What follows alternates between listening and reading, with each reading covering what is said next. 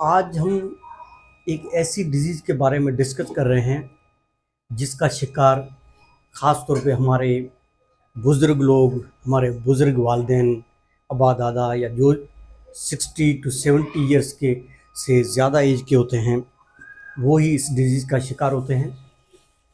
और काफ़ी लोगों को इसके बारे में अवेयरनेस न होने की वजह से वो इस एज में वो लोग मुश्किलात का सामना करते हैं, बड़ी परेशानी से अपनी ज़िंदगी गुजारते हैं। और इसको जो है ना, एज फैक्टर समझ के लोग इसकी ट्रीटमेंट नहीं करते, इलाज नहीं करवाते, या ये सारा कुछ जो भी होता है वो डिज़ीज़ की वजह से होता है। पार्किंसन डिजीज़ जो है, this is a neurological disorder in which degenerative changes occurs in the brain cells, जिसको हम न्यूरॉन्स कहते हैं। उसमें एज की वजह से कुछ चेंजेस आती हैं। कुछ सेल जो हमारे ब्रेन के हैं, वक्त के साथ साथ, एज के साथ साथ वो डाई हो जाते हैं, डिस्ट्रॉय हो जाते हैं, जिसकी वजह से ये डिज़ीज़ प्रोड्यूस होती है या ये डिज़ीज़ डायग्नोस होती है। इसको पार्किंसन डिजीज़ कहते हैं। पार्किंसन डिजीज़ जो है, इसके इस टाइम पूरे वर्ल्ड में तकरीबन more than 1 crore people are suffer for this disease. 1 crore से ज़्यादा लोग इस डिज़ीज़ का शिकार हैं जो आज भुगत रहे हैं इस डिज़ीज़ को, और लाखों के तादाद में सालाना लोगों की डेथ हो जाती है। कुछ लोग डॉक्टरों तक पहुंचते हैं, कुछ को अवेयरनेस ही नहीं होती, लोग डॉक्टरों तक भी नहीं पहुंचाते। इसका जो डिफरेंट काजेज़ हैं, और इसमें ज़्यादातर जो मेन काज है वो एज फैक्टर की वजह से हमारा ब्रेन का एक पोर्शन होता है, एक पार्ट होता है बेसल गैंग्लिया, जो कि हमारे जो मसल्स पे कंट्रोल करता है या हमारी मूवमेंट की जो होती है बॉडी की, उस पे कंट्रोल करता है। उसमें डिफेक्ट आ जाता है, उसमें प्रॉब्लम आ जाता है, और डोपामिन और नॉरएपिनेफ्रॉन जो है वो बॉडी में कम रिलीज़ होते हैं। ये दो न्यूरो ट्रांसमीटर हैं, या दो न्यूरो केमिकल्स हैं, जिसकी डेफिशिएंसी की वजह से ये डिजीज़ होती है। क्या, what are the sign and symptoms of this disease? सबसे पहले ये है कि मोर देन 60 इयर्स की एज में पेशेंट्स जो होते हैं, बुजुर्ग, उनका फेस जो है वो एक जैसे किसी ने मास्क पहना हुआ हो। चेहरे के ऊपर मास्क नहीं आते मार्केट में, जो बच्चे खासतौर पे पहनते हैं, तो जैसे मास्क पहना हो इसी टाइप का उसका चेहरा हो जाता है। उसके बाद उनके हैंड्स, लेग्स एंड नेक जो है वो उसमें स्टिफनेस आ जाती है, उसकी फ्लेक्सिबिलिटी जो है थोड़ी डिस्टर्ब हो जाती है। उसके साथ साथ ट्रेमर्स या झटके होते हैं, या ये जो है इनवॉलेंटरली मूवमेंट हो जाती है, जैसे वो हाथ जो है वो थड़कते रहते हैं, या उसका सर जो है ना वो ऐसे होता रहता है। ये ओल्ड एज में खासतौर पे आप लोगों ने सब ने देखा होगा। और ये जो है एक आर्म से शुरू होता है या एक टांग से इसके जो है शुरू होता है, और आस्ता आस्ता ये पूरी बॉडी में इसका जो है प्रॉब्लम होने शुरू हो जाते हैं। ये ट्रेमर्स जो आस्ता आस्ता बढ़ते जाते हैं, और फिर सारे बॉडी के मसल्स जो है इसमें इन्वॉल्व हो जाते हैं। इस डिजीज़ का पैरालिसिस भी हो जाता है, constant movement of the fingers, जिसको हम पिल रोलिंग कहते हैं, वो हो जाती है। फिंगर्स बार बार जो मूवमेंट करते रहते हैं, और पैरालिसिस भी हो जाता है। इमोशनली वो डिस्टर्ब रहते हैं, या लेक ऑफ स्मेल, उनको स्मेल आती नहीं है, उनकी स्मेल जो है कम हो जाती है। उसको कितना भी अच्छा खाना या अच्छी चीज़ उनको प्रोवाइड करो, तो उनको उस उम्र में वो खाना पीना उनका कम हो जाता है। उसकी वजह ये होती है कि उनको उसमें से अच्छी स्मेल ही नहीं आती, उसको एक अजीब सा फील होता है, और वो खाना पीना उसका कम हो जाता है। मेमोरी डिस्टर्ब हो जाती है उनकी, या मेमोरी लॉस हो जाती है, या काफ़ी चीज़ें वो भूलना शुरू कर देते हैं। जो चीज़ उनको इतने कदर कभी वो भूल जाते हैं कि वो उनको पता नहीं होता कि आज का खाना भी खाया था या नहीं। उससे आप पूछोगे तो वो कंफर्म नहीं बता पाएंगे। डिप्रेशन का शिकार हो जाते हैं। तो ये इनके साइन एंड सिम्टम है।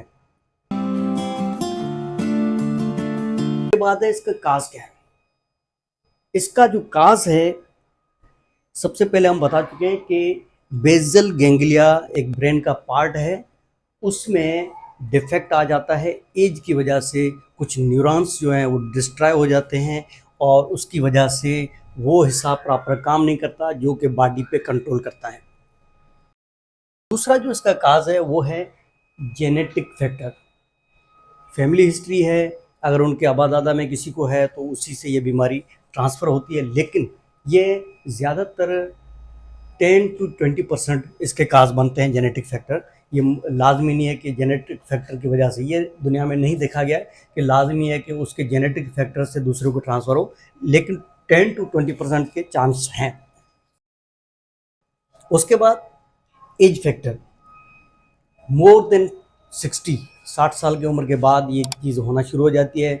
65, 70, 80 इस उम्र में ये चीज़ और ज़्यादा बढ़ती जाती है, फर्स्ट, सेकंड, थर्ड स्टेज या फोर्थ स्टेज तक भी चली जाती है।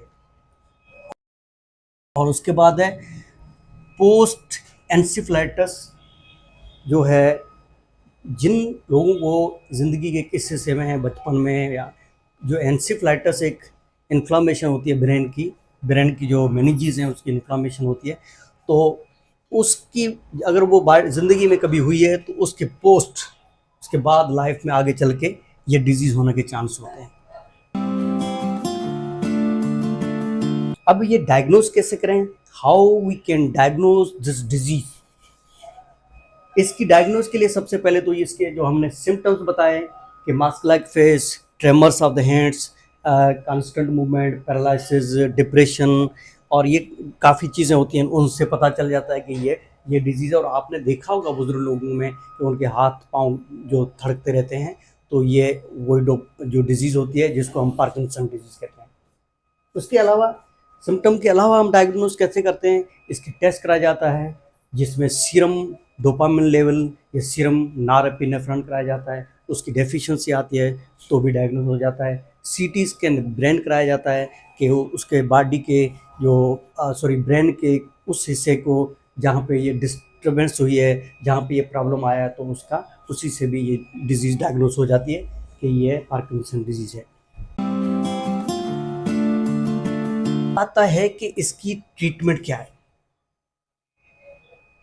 इसकी कोई स्पेसिफिक ट्रीटमेंट नहीं है, लेकिन कहते ये हैं कि जब इसकी ट्रीटमेंट मार्केट में नहीं थी, दुनिया में अवेलेबल नहीं थी, तो लोग पार्किंसन डिजीज़ होने के बाद 5 से 6 साल में डेथ हो जाती थी। इसकी डिजीज़ के वजह से लोग सर्वाइव लॉन्ग टर्म नहीं कर पाते थे, लेकिन इसकी जब ट्रीटमेंट आई है तो ट्रीटमेंट इसकी क्यूरेबल नहीं है। ये जैसे हमारे इन्फेक्शियस डिजीज़ होते हैं ना, हमने ट्रीटमेंट दी ठीक हो गई, ऐसे नहीं है, लेकिन ये जो है कंट्रोल है इसका, जैसे डायबिटिक का कंट्रोल है, जैसे हाइपरटेंशन का कंट्रोल है, ऐसे इस डिजीज़ का भी कंट्रोल है। उसकी अगर ड्रग लेते रहें आप, प्रॉपर उनकी मेडिसिन चलती रहे, तो ये लोग 100 साल की ज़िंदगी जीते हैं, इसमें कोई शक नहीं। लेकिन पहले इसकी ड्रग नहीं थी मार्केट में, तब लोग जो है 5 से 6 साल के अंदर उनकी डेथ हो जाती थी। जो ड्रग्स हैं उसमें एंटी पार्किंसन ड्रग्स हैं, जिसमें लोवाडोपा हैं, और इसके अलावा बेंजाइल हाइड्रोक्लोराइड है, और बेनाड्रिल या एंटीहिस्टामिन भी देते हैं, साइनामिड टेबलेट भी आती है, फिजियोथेरापी है, एंटी डिप्रेसिव ड्रग्स हैं, और इन चीज़ों से, और इमोशनली उसको बेहतर करना, उसकी डाइट अच्छी रखना, घर में उसको खुश रखना, इन चीज़ों से ये डिज़ीज़ कंट्रोल हो जाती है। इसमें एक सर्जरी भी की जाती है जिसको डीबीएस कहते हैं। डीबीएस का मतलब है deep brain stimulation. Deep brain stimulation में एक सर्जरी होती है जिसमें बॉडी के किसी स्किन के हिस्से में, स्किन के अंदर पेसमेकर लगाया जाता है, और उसके इलेक्ट्रोड जो है वो ब्रेन के अंदर छोड़ा जाता है, जो कि ब्रेन को इम्पल्सेस जनरेट करता है, और इसी वजह से वो इस चीज़ पे कंट्रोल किया जाता है, और वो बॉडी उसकी मूवमेंट जो है, उसकी इनवॉलंटरी मूवमेंट जो है वो उनकी कंट्रोल में आ जाती है। अब ये है कि अगर किसी की ज़िंदगी में, उसके फैमिली में ये डिज़ीज़ है, या किसी को नहीं भी है, तो लोग परेशान होते हैं कि आगे चल के हो सकता है कि हमारे साथ भी ऐसा हो। तो इसके बचने के, इसकी प्रिवेंशन क्या है, इससे कैसे बचें। इसकी प्रिवेंशन के लिए बेहतरीन जो है वो है एक्सरसाइज। आप ज़िंदगी में मेहनत मशक्क़त का काम करते हैं तो आपको ये डिज़ीज़ नहीं होगी। आपकी अगर नहीं तो आप डेली एक्सरसाइज करें अपनी रूटीन लाइफ में, थोड़ा सा टाइम निकाल के आप मॉर्निंग या इवनिंग आवर्स में एक्सरसाइज करेंगे तो ये डिज़ीज़ आपको नहीं होगी। उसके अलावा दूसरा जो तरीका है वो योगा है, मेडिटेशन है, उसके बाद अच्छी सी डाइट है, अगर प्रॉपर आप डाइट लेते हैं, हेल्दी एंड हैप्पी लाइफ जीते हैं, मन को शांत रखते हैं, किसी परेशानियों का शिकार नहीं रहते और अपनी डाइट बेहतर रखते हैं, तो ये डिज़ीज़ आपको ज़िंदगी में कभी नहीं हो सकती। तो ये आज हमने पार्किंसन डिजीज़ के बारे में पढ़ा, जिसका शिकार ज़्यादातर हमारे वो बुज़ुर्ग लोग होते हैं जो 60-70 की एज के बाद उनको ये डिज़ीज़ तंग करती है और वो बेड पे आ जाते हैं। वो जो इतने कदर वो जो है मोहताज हो जाते हैं दूसरों का, और वो अपना खाना भी खुद नहीं खा सकते, परेशानी का शिकार होते हैं, किसी को कुछ बोल भी नहीं सकते। एज का ऐसा फैक्टर होता है जो औलाद भी शायद उनको सही तरीके से देखते ही नहीं है, निगलेक्ट कर देते हैं। अगर उसकी प्रॉपर ट्रीटमेंट की जाए, उसको ये मेडिसिन अगर शुरू की जाए, तो एक ही टैबलेट से वो ज़िंदगी उसकी लॉन्ग लाइफ हो सकती है। अदरवाइज़ वो पार्किंसन के बाद 5-7 साल में उनकी डेथ हो जाएगी। तो ये आज हमने पढ़ा पार्किंसन डिजीज़, जो कि बुज़ुर्ग लोगों की डिजीज़ है।